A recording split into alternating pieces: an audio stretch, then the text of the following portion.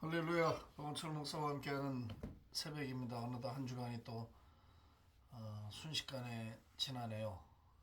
토요일인데 오늘 누가복음 4장에 보시면 31절서부터 41절까지 이렇게 쭉 보시면 갈릴리의 가버나움 동네에 내려오사 안식일에 가르치심에 그들이 그 가르치심에 논란이 이는가 말씀이 권위가 있음이라라. 회당에 더러운 귀신 들린 사람이 있어 크게 소리질러 이르되 나사렛 예수여, 우리가 당신과 무슨 상관이 있나이까? 우리를 멸하러 왔나이까? 나는 당신이 누구인 줄 아노니 하나님의 거룩한 자니이다. 예수께서 꾸짖어 이르시되 잠잠하고 그 사람에게서 나오라 하시니 귀신이 그 사람을 무리 중에 넘어뜨리고 나오되 그 사람은 상하지 아니한지라. 다 놀라 서로 말하여 이르되 이 어떠한 말씀인고? 권위와 능력으로 더러운 귀신을 명하며 나가는도다 하더라. 이에 예수의 소문이 그 근처 사방에 퍼지니라. 쭉 나옵니다. 그 다음에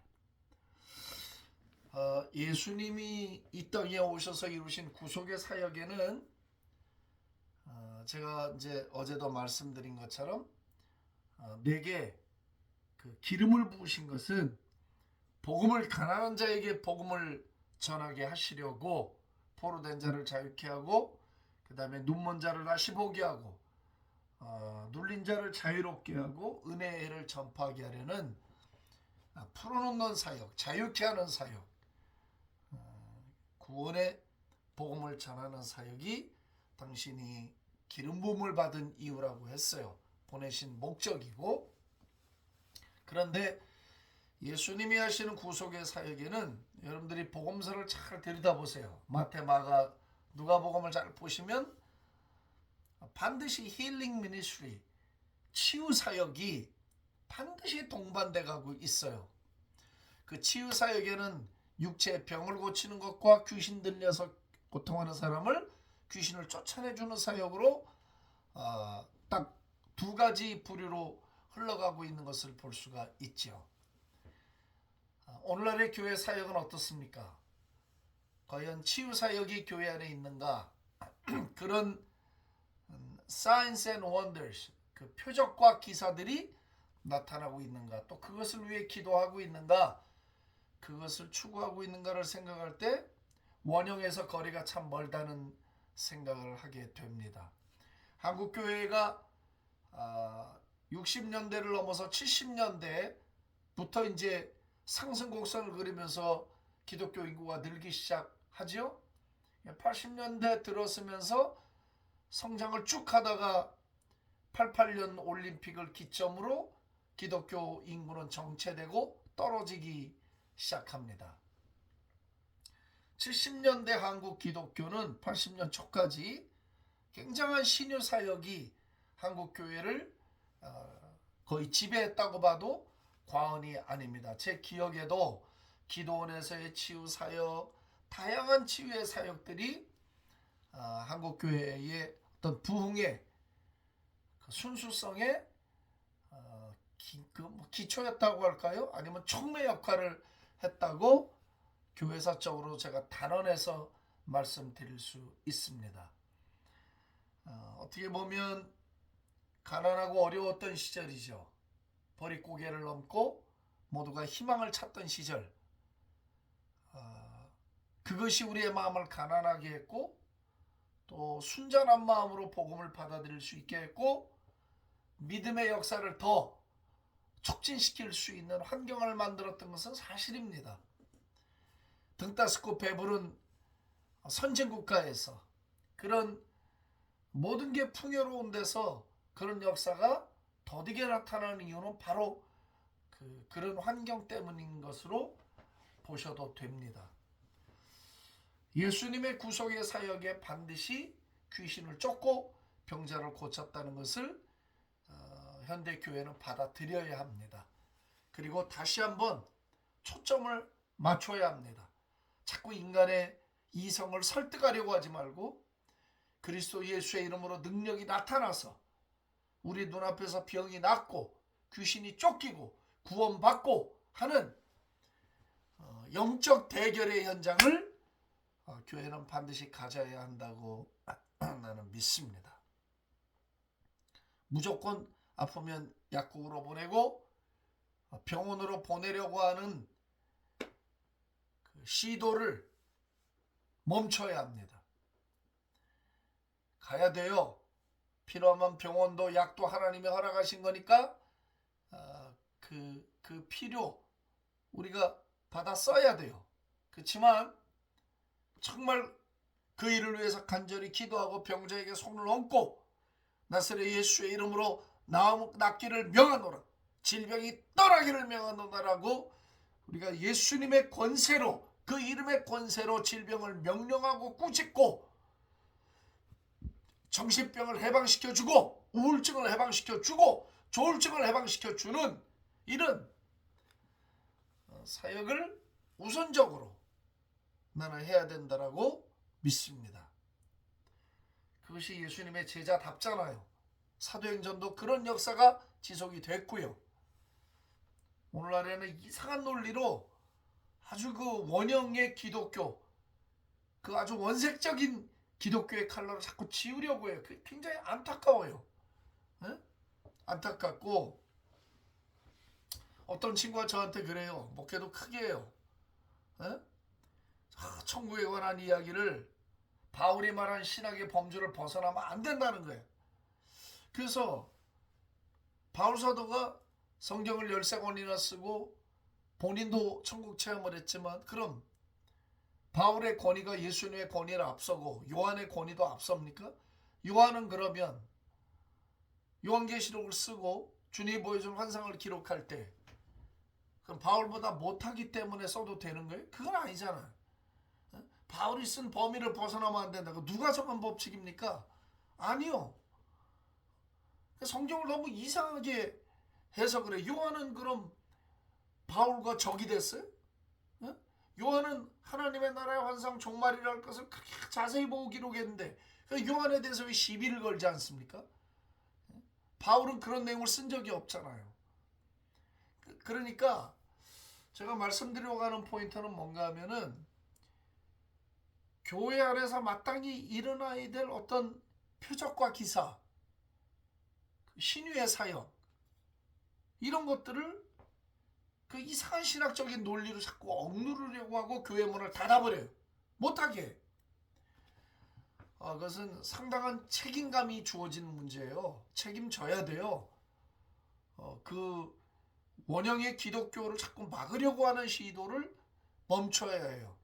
교회가 조직화되고 교회가 인스티튜션이 되면 반드시 이런 일이 벌어져요. 예, 교회 안에 적들이 많아요. 교회 안에 복음을 거역하고 복음 안에 성령의 역사를 가로막는 세력들이 굉장히 많아요.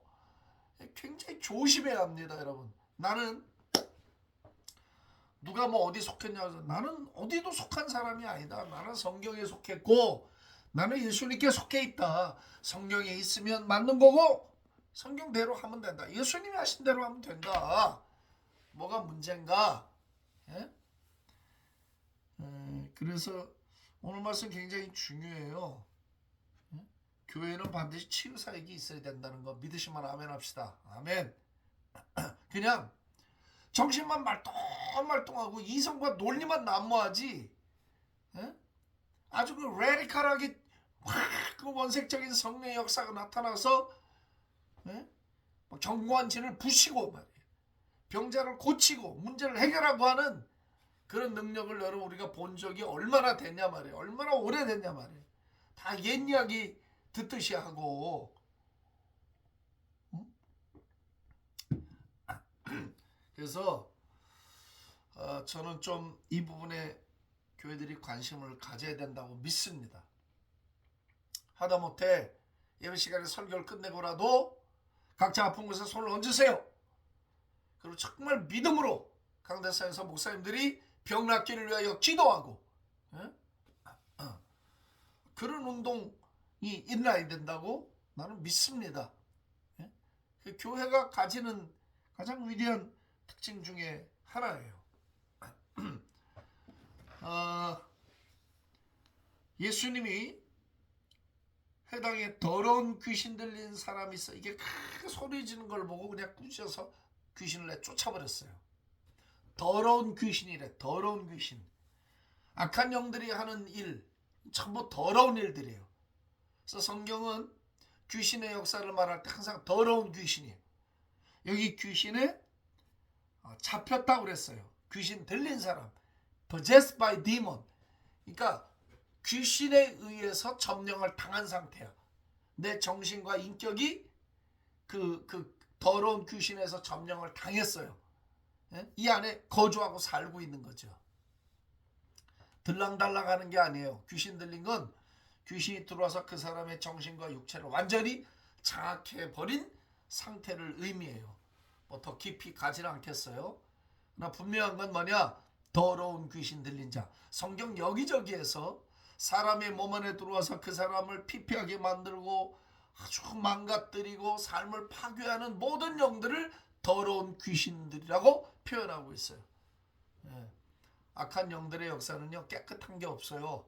다 더럽고 추잡스러운 것들이에요. 냄새나고, 그 끝이 아주 더러운 것들이야. 아주 시작하고 막 유혹해서 사람을 이렇게 꼬드길 때는 먹이를 주고 아주 포장도 아름답고 논리도 그럴듯하게 보여요. 위장한 천사처럼. 근데 이게 더러운 것들이에요. 결말은 언제나 더러워, 추하고 후회스럽고, 그죠? 그래서 여러분 이걸 명확히 알아야 돼. 악한 영들의 역사 언제나 더러운 것이라는 거, 냄새나고 추한 것들, 수치스러운 것들이라는 것을 꼭 알아야 돼요. 어둠이 빛 앞에 드러나면 수치가 나오듯이 귀신들의 역사는 성령의 빛, 생명의 빛, 복음의 빛 앞에 오면 그 모습을 드러내고 실체를 드러내고 더럽고 추잡한 것들이 눈에 보이기 시작해요.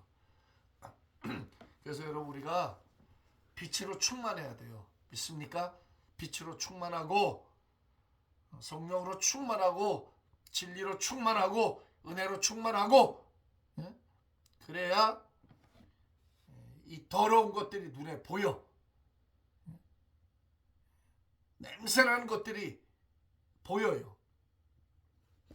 그래서 예수님이 그 사람에게 나오라 꾸짖었어. 명령을 하셨어요. 그런데 39절에 보면 예수께서 가까이 가서 열병을 꾸짖으신데 병이 떠나고 여자가 곧 일어나 그들에게 쑥드니라. 해질 무렵에 사람들이 온갖 병자들을 데리고 나오며 예수께서 일일이 그 위에 손을 얹으사 고치시니. 보십시오.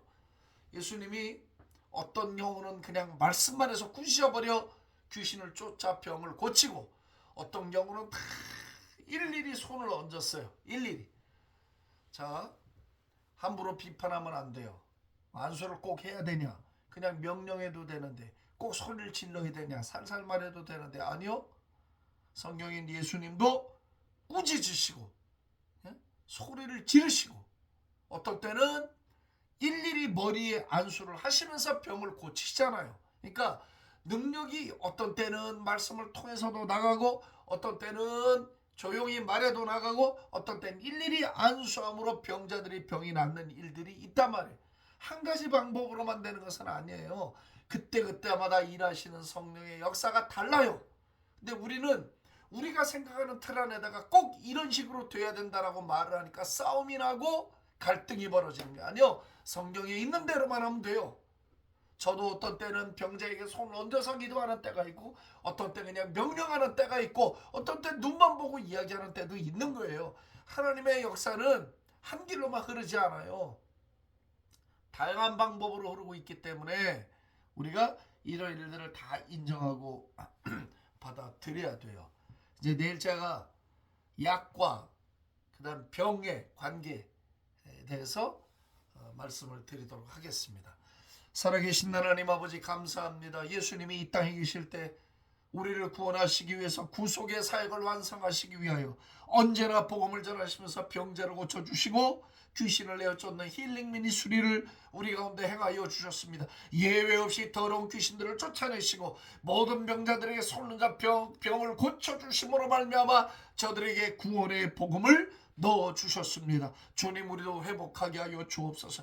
우리도 회복하게 하여 주옵소서. 교회가 회복되게 하여 주옵소서. 이 방송을 듣는 이들이 지금 이 시간에 질병에서 자유함을 얻게 하시고, 정신병에서 노인받게 하시고, 귀신 쫓기게 하시고, 모든 연약함에서 해방받게 하여 주시옵소서. 할렐루야. 감사하며 예수님의 존귀하신 이름으로 기도합니다. 아멘. 할렐루야.